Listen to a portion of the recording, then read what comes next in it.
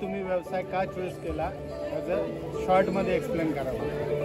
एक मार्केटमध्ये खूप मोठा गॅप होता, म्हणजे सोल स्टोर झालं, बॉन्कर्स वगैरे झालं, असे खूप खूप मोठे ब्रँड होते, पण ते ब्रँड खूप हायली प्राईजवर सेल करायचे.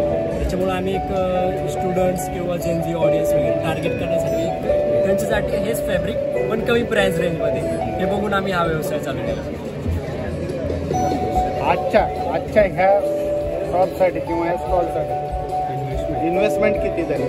आता मशिनरी वगैरे जर आपण जर काउंट केलं तर टोटली खूप मोठी अमाऊंट होते, पण बेसिकली जर कोणाला जर चालू वगैरे करायचं असेल, म्हणजे आउटसोर्स वगैरे करायचं जर असेल तर तुम्हाला एक 5-6 लाख रुपयापर्यंत तुम्हाला इन्व्हेस्टमेंट मिळेल. आमची स्वतःची इन्व्हेस्टमेंट आता 20 ते 25 लाखच्या दरम्यान आहे. नाही, आणि ते झालं आपलं आउटसाईडचं. बी स्पेसिफिक फोकस आजच्या ह्या स्टॉलसाठी किती इन्व्हेस्टमेंट केली तुमची? आजच्या या स्टॉलसाठी आता आमच्या मित्रालाच माहिती आहे की त्यांनी काय काय जशी डिमांड लागेल सर तसं आम्ही प्रोडक्ट तुम्हाला पाहिजे तसे आम्ही अवेलेबल करून देऊ.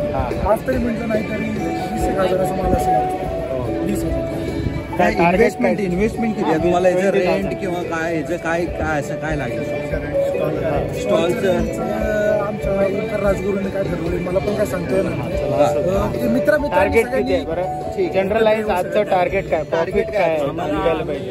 म्हणजे की जवळपास ऍडव्हर्टाइजमेंटसाठी, म्हणजे आमचा ब्रँड आहे आणि आमचा आता GSP मध्ये लास्ट इव्हेंट झाला, त्याच्यामध्ये आम्हाला 50 स्टॉलमध्ये फर्स्ट प्राइज भेटलं.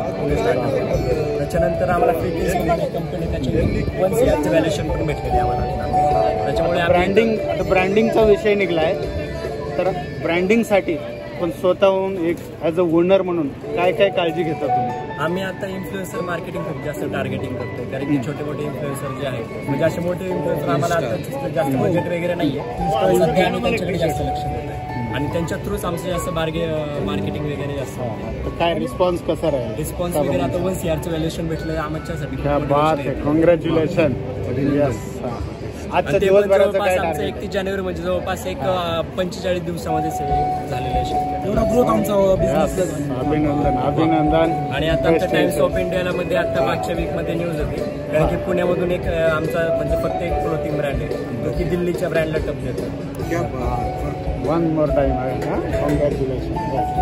आजचं काय टार्गेट काय सेट केलेलं? आम्हाला टार्गेट आम्ही आता बिझनेसमध्ये तर नाही, आम्हाला ऍडव्हर्टायझमेंटसाठीच आमचं ब्रँड अवेअरनेस. ब्रँड अवेअरनेस वरती त्यांचं असं बी स्पेसिफिक तुम्ही यंग जनरेशनला टार्गेट करता, तर तुम्ही स्कीम लॉन्चिंग वगैरे असं काही? आम्ही गेम्स वगैरे आमच्या की डोक्यात होतं की एखाद्या गेम्स वगैरे फ्री गिफ्ट्स वगैरे आम्ही देणार आहोत थोड्या वेळेस. आता मागच्याच आठवड्यात आपण पाहिलं तर छावा मूवी खूप क्रेज होती आणि आम्ही काय ऑफर दिली होती, जर आमचे प्रोडक्ट ऑनलाईन आम्ही सध्या चालू केलं होतं मागच्या 2 आठवड्यामध्ये, तर जे पहिले 3 असतील प्रोडक्ट आमचे सेल झाले तर त्यांना फ्री मूवी तिकीट आणि आम्ही प्रोव्हाइड केलेले आहेत. असे मार्केट स्ट्रॅटेजी खूप आम्ही अवेलेबल होतो आणि भविष्यात पण आम्ही ते करीत राहू.